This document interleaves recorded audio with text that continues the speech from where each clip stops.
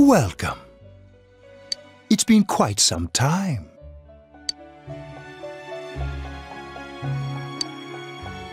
Do not be alarmed. You are fast asleep in the real world. I have summoned you within your dreams. Now then, your journey has taken you quite a distance thus far. Do you believe you'll be able to successfully solve this mystery?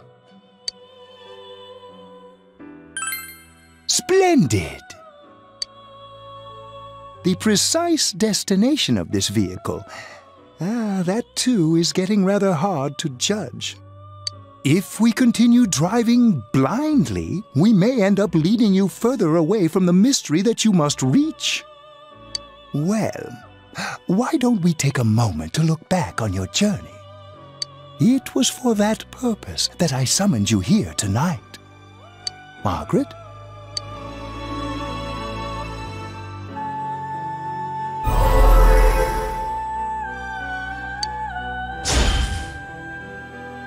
We are experiencing the words engraved into your memory during your journey. Failing to understand and failing to listen are rather different things. All right, let's go ahead and think this through as much as we need. If we leave any unanswered questions behind, we'll just be lying to ourselves. I'll think as hard as I can and try to help. Come on, we've accomplished this much together, haven't we? Right, together. And it seems you have comrades with you as well, those heading in the same direction through this dense fog.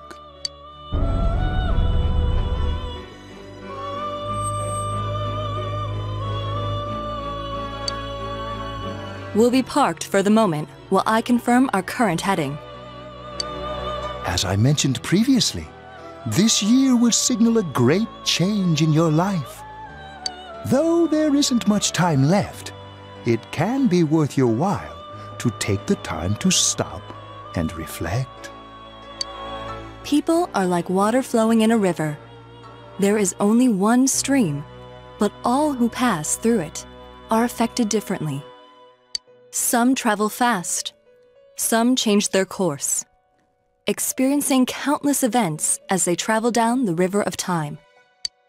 Just so. The state of this room reflects the scenery of your heart. Perhaps this may be a time for contemplation rather than action.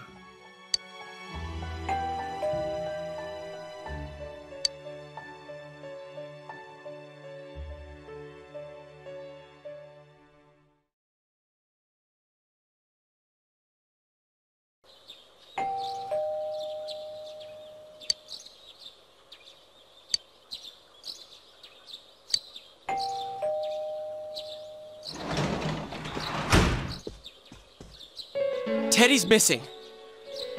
I looked all over the neighborhood, but I couldn't find him anywhere.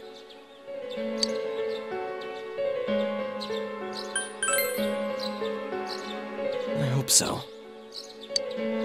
Rise and the others are checking inside the TV to see if he's gone back to the other side. We're meeting pretty soon, so will you come with me to Jeunesse?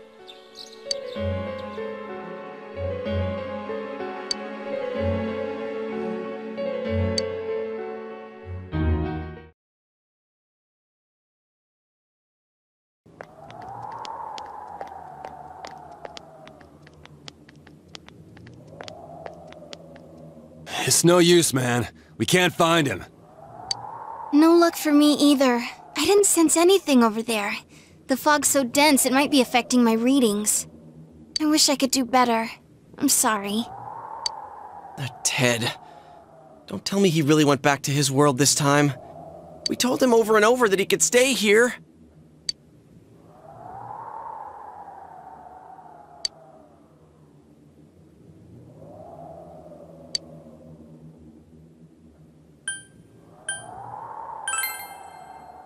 I guess that's all we can do right now. He plays dumb a lot, but he's attached to us deep down. He wouldn't disappear without saying anything, right? I'm worried for Teddy myself, but let's trust in him and await his return. Right now we must concentrate on the case. It won't be long before Namatame is transferred to another location. We must hurry, or we will miss our only chance to get his perspective on this. You know, I've been thinking about the case since, but something just doesn't seem right. Let's quickly review the facts. Of all the victims, only 2 were killed, Miss Yamano the announcer and Saki-san. From the documents we found in the car, we know Namatame had some sort of dealings with them. After that, there were multiple attempted murders in which we were targeted. It was only when he took Nanako-chan that we caught him in the act, identifying his modus operandi in the process. When I hear you put it like that, sounds like the dude's guilty. As a result of Namatame's arrest, the police admitted that Mitsuo Kubo was a mere copycat killer. Back up to yesterday. Remember when you said Namatame didn't have a motive to kill the announcer? That's what's bothering me. Right. Either he's completely nuts, or we're misunderstanding something. You lost me. She's trying to say that if Namatame is sane, then there may be facts in the case we don't know about yet. Sane or insane? Sounds like a play I saw before. When he talks about saving people, what does that actually mean? I don't think there's any doubt that it includes kidnapping people and throwing them into the TV. Could he mean saving them through death? He did call himself a savior and said that the other side is a wonderful world. So they'll be saved if they die? What a bunch of crap! The bastard should have gone and saved himself! What do you think, Senpai? If you think about it normally, it's gotta be him. But there ain't nothing normal about that world anyways. There's something I've been wondering about for a while. When we first encountered him, he said, "You're the ones I saved. Don't worry, I'll save this girl too." So, if he saves people by killing them, did he save us too? Wouldn't he actually have failed to save us? You raise a good point. If he thinks that salvation comes only through death, his words to us make no sense. And another thing, the Namatame who appeared on the Midnight Channel said he failed to save Nanako-chan. Well, maybe he really was trying to save the victims by putting them inside the TV. Come on, don't get all quiet like that. You guys know I just say the first dumb thing that pops into my head. The possibility that he truly intended to save us. But he's still the one who threw in Saki-senpai and that announcer, right? Sure, we haven't nailed down his motives, but that doesn't change the fact that he killed them. Or what? You think someone else was involved? What makes you think so?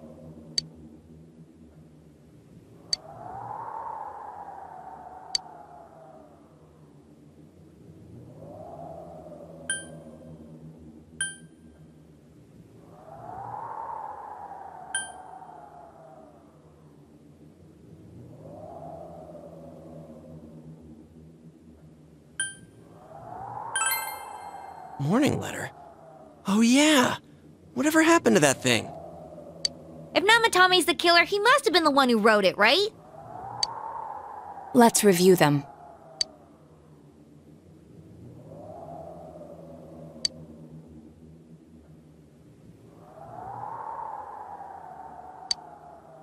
Yes, that's right.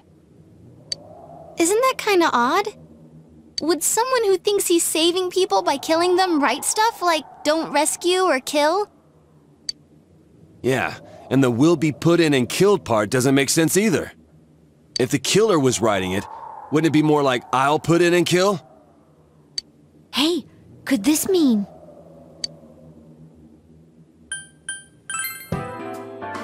Yeah.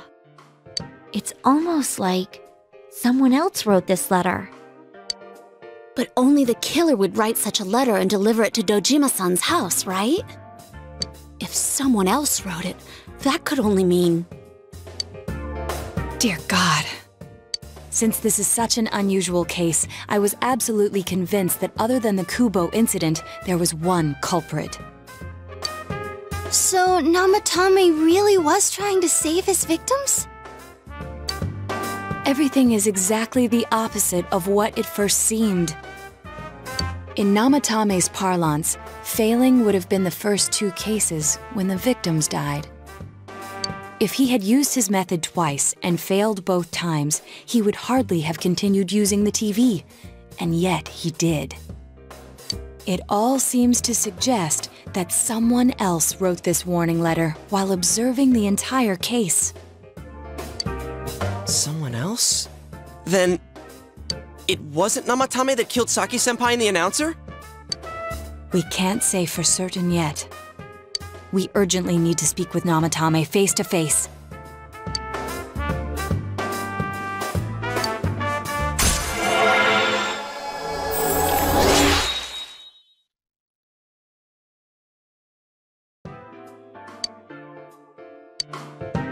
How though?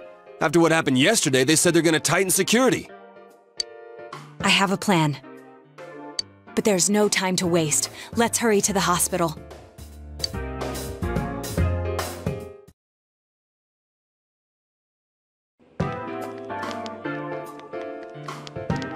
Hey, this place is off limits. I'm a consultant with the police. I'd like a few words with Namatame-san. May I go in?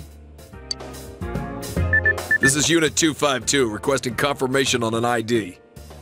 Name of Naoto Shirogane. Huh? Ah. Understood. I see. Well, you're on the list. I can give you a few minutes, but I'll have to record your conversation with him for security purposes. Not that I expect you'll get anything coherent out of the guy. He's been spouting nothing but gibberish. I'd like him to accompany me as well. He has no identification, but this is an emergency situation, and he's here in Detective Dojima's stead. Huh? Detective Dojima sent him? I wasn't informed of this. I'll vouch for his identity. Well, I guess it's better than dealing with the man himself. We have our hands full with the transport procedures, so the last thing we need is Detective Dojima running wild. Detective Adachi is busy somewhere too. This is Unit 252. Huh? I see. Has something happened? There's something about a suspicious object out in the lobby. Ah, well then, this works out nicely. You should back up your colleagues downstairs. We'll keep watch over Namatame-san. A disturbance in a hospital lobby, after all. It sounds serious. If anything happens, hit the nurse call button. I'll leave the rest to you. Understood. Please be careful. I knew they were undermanned, but I didn't expect it to go this smoothly. Wow! There's nothing much inside that suspicious object. So he won't be gone long. All right, and now's our chance to talk to Namatame.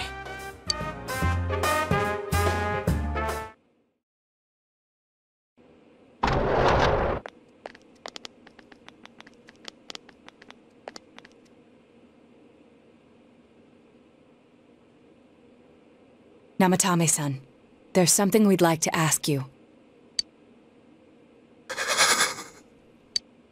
It's tempting to think that you were the culprit behind this entire case. And to be honest, there are many in this town who hope you are. But we are here to learn the truth. So please, answer our questions. Huh?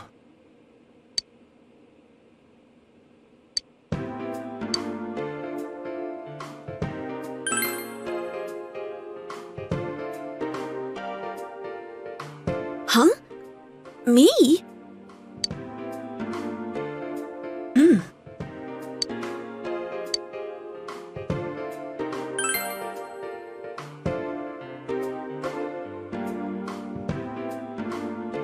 They were killed. I couldn't save them.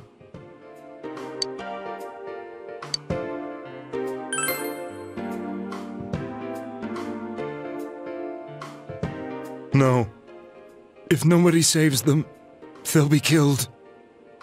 That's why I put them in there. Then tell me if my estimation is correct so far. After discovering the Yamano and Konishi incidents, you realized an appearance on the Midnight Channel meant certain death.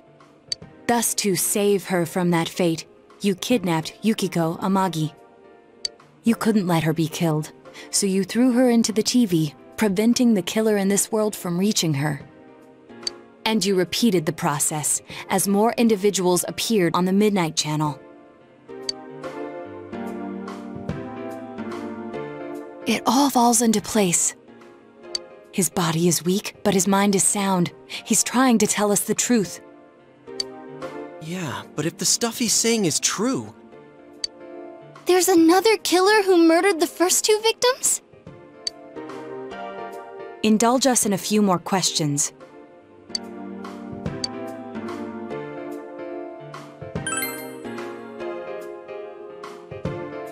I have no idea.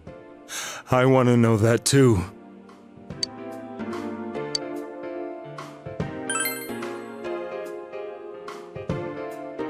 What are you talking about?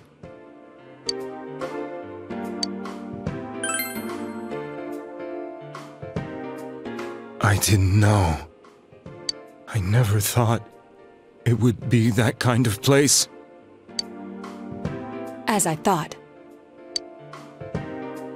You believe me? Did they find him? Did they find the one who did such cruel things? Mayumi.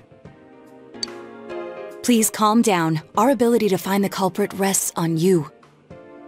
We know about the other world.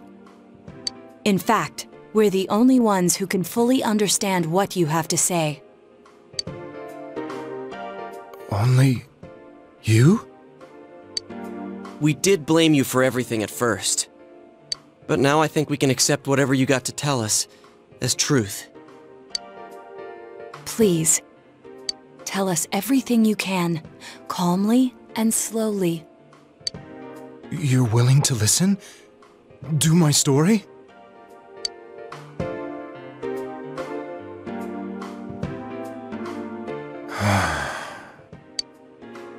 All right.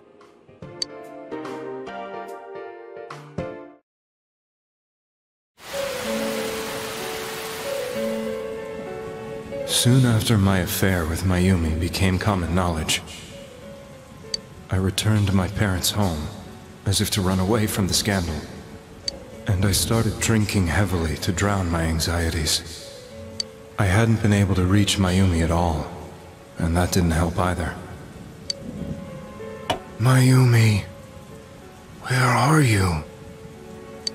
She'd been disgraced on all the afternoon shows, and forced to resign from the program she was on.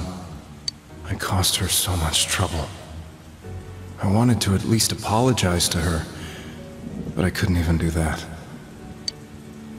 I lost the will and energy to do anything. Then, one day, the rumor I heard some time ago came back to me. Since I had nothing better to do, I sat down blankly in front of the TV and watched my own reflection. And all of a sudden, there was Mayumi. Mayumi? Is that you? The Mayumi inside the TV looked as if she was calling to me for help. Mayumi? Mayumi! When I reached out unthinkingly to touch her, my arm disappeared into the TV, as if I had dipped it into a pool of water. I was so shocked that I lost my balance and nearly fell face first into the TV.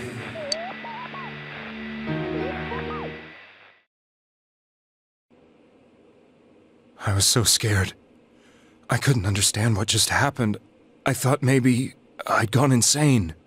In the end, I decided to think of it as just a dream, and I went back to the city the next day after finishing work. The next afternoon when I got to work, I was fired on the spot, as I expected. That wasn't what broke me, though. It It was Mayumi, being found dead. And not just that, but it had happened in my hometown.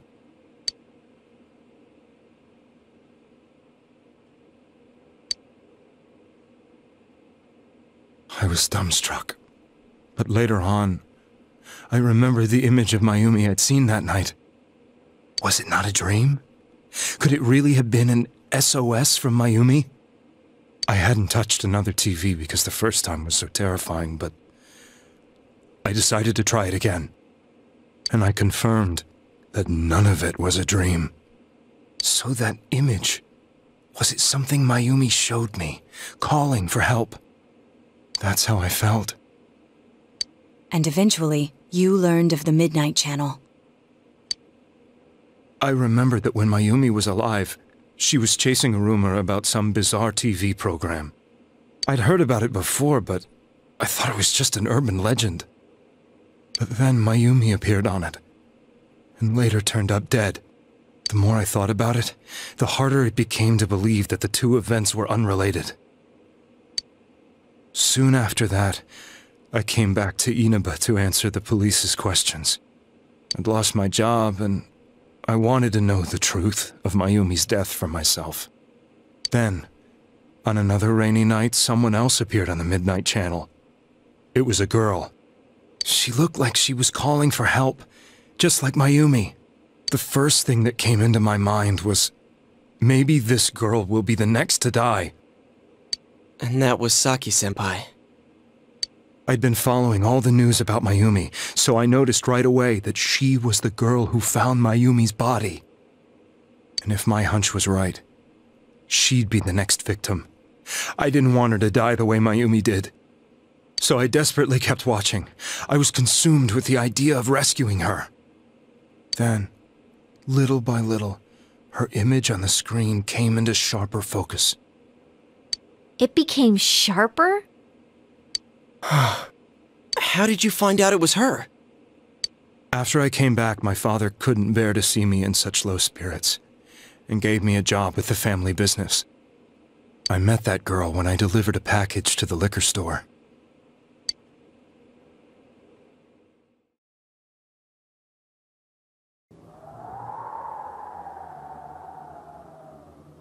After agonizing over it, I decided to meet her, and told her to be careful.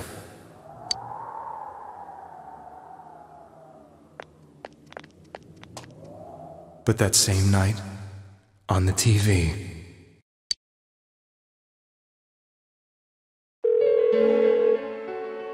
she looked as if she was being engulfed by some black shape. She was writhing in pain. That's why I warned her. Why won't she pick up the phone? Come on! Please!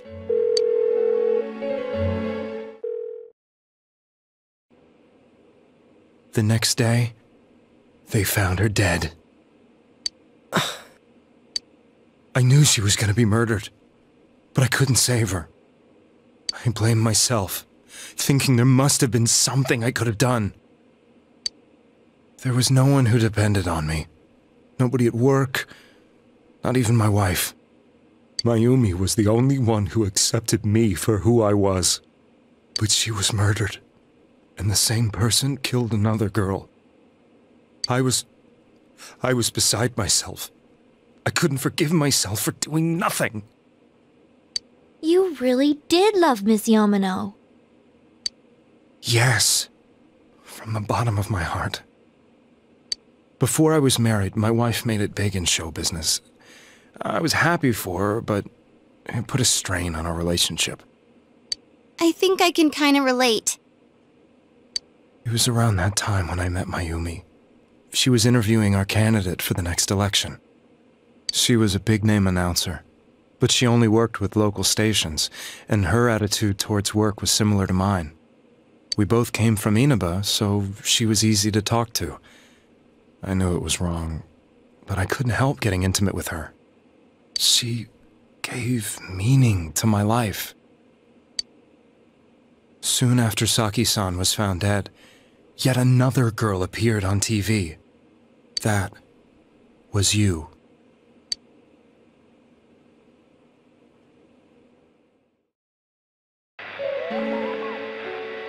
She'll be kidnapped next. And murdered. I can't let her end up like Mayumi and that other girl. This time, I'm gonna do something. My opponent was a murderer who left no clues to his identity. I thought hard about what I could do to protect her from someone like that. I'll never convince her. If she gets suspicious and they arrest me, who'll save her then? The girl inside the TV looked as if she was smiling at me. And that's when it hit me. I apparently had the power to go through the TV screen to the other side. Then, what if I put her into the TV and give her shelter there before the killer gets her? What are you trying to tell me? That it's safe over there? Is that it? The girl inside the TV seemed to smile at me again. And I thought, no matter what kind of place it might be, it's better than being slaughtered. Once things calm down, I could just let her out again. If she's inside the TV, there's no way they can find her. It felt as if everything was starting to come together in my mind. Could it be that Mayumi gave me that power to prevent any more victims from meeting her fate? Was it my mission to save people? But there was a big problem. If I explained the situation to the victim, they wouldn't understand. I had already tried that and failed miserably. It seemed the only thing I could do was to take them away. If that was my mission, I'd just have to do it. Or so I thought. Mayumi, please lend me your strength.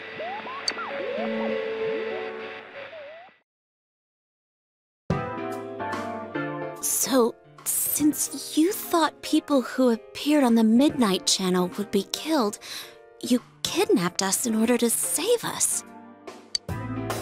Mission? Give me a break! You never stopped and wondered about any of this? I thought I was the only one who could help them. I did call the police, but they didn't believe me. I knew the area well, thanks to my job. I had a large truck, and I could move around without suspicion. I thought my job as a delivery man would be the perfect cover for my mission. I thought no one else could do it. But are you telling me that I wasn't saving them? If a person is still within the TV world when the fog appears here, they will die. Beginning with Yukiko-san, the people you thought you had been saving were, in fact, in mortal peril. It was my friends here who really saved us all. I had a feeling that was it. When I went after that little girl and entered the TV myself, for the first time, I had some doubts about myself. You refer to Nanako-chan, correct?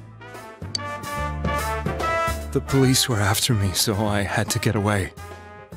But I still felt I needed to do everything I could to save that poor little girl. That's why I went in after her. But the TV world was completely different than I imagined. Such an abominable, grotesque place. I knew that the three of you who I saved went back to your normal lives, so I didn't realize how terrible that world was. I never knew you couldn't even get out of that place on your own. No. That's a cowardly way to put it. I'd probably already begun to realize that it was a dangerous place. If I hadn't, I wouldn't have gone to see you all. See us? Wait, are you talking about the concert we did at Junes? Yes. I wanted to know why the ones I saved were all hanging out with each other, and how much you remembered. But in the end, I couldn't bring myself to say anything and ran home. I must have felt too guilty. But all the doubts and anxieties I'd been unconsciously suppressing exploded out when I entered the television myself. I thought I was going insane. I probably did. And you know the rest. When I came to, I was lying in a hospital bed. You really were trying to save people. But I ended up doing just the opposite. What a fool. I always wanted to enter the world of politics and become useful to society. But after losing my job and the woman I loved, all I had left was this power.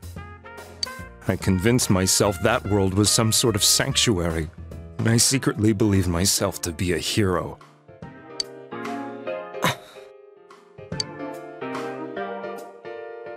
I never doubted what I saw on TV, and believed everything was as I wanted it to be. I didn't think for myself at all. That's why I couldn't protect them. I'm to blame for all of this.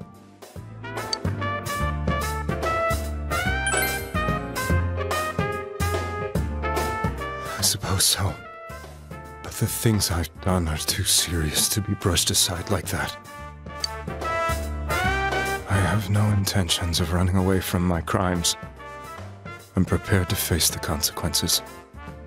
Kidnapping is already a serious crime, and on top of that, I put all those lives in danger. I'm sorry. The Midnight Channel and the other world? You can hardly be blamed for failing to understand them properly. We must apologize to you as well. Had we let our emotions blind us to the truth, we would have piled all the responsibility on you. I guess from your point of view, people did stop dying once you started saving people. The more you did it, the more you really believed you were preventing their deaths. I'm such a joke. I'm sorry. I'm getting a little tired.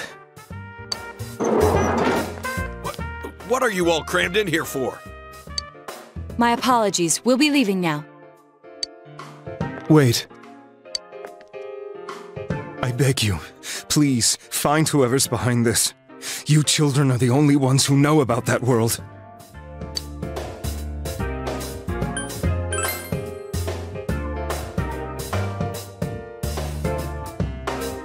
It's all clear now. He never committed any murders. It was another party who threw the first 2 victims into the TV.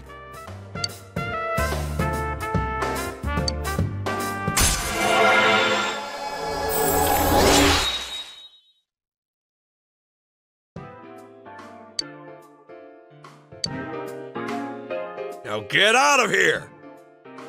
I told you, he's almost ready to be transported. We can't have anything else happen. Sheesh. I better not see you rascals here again.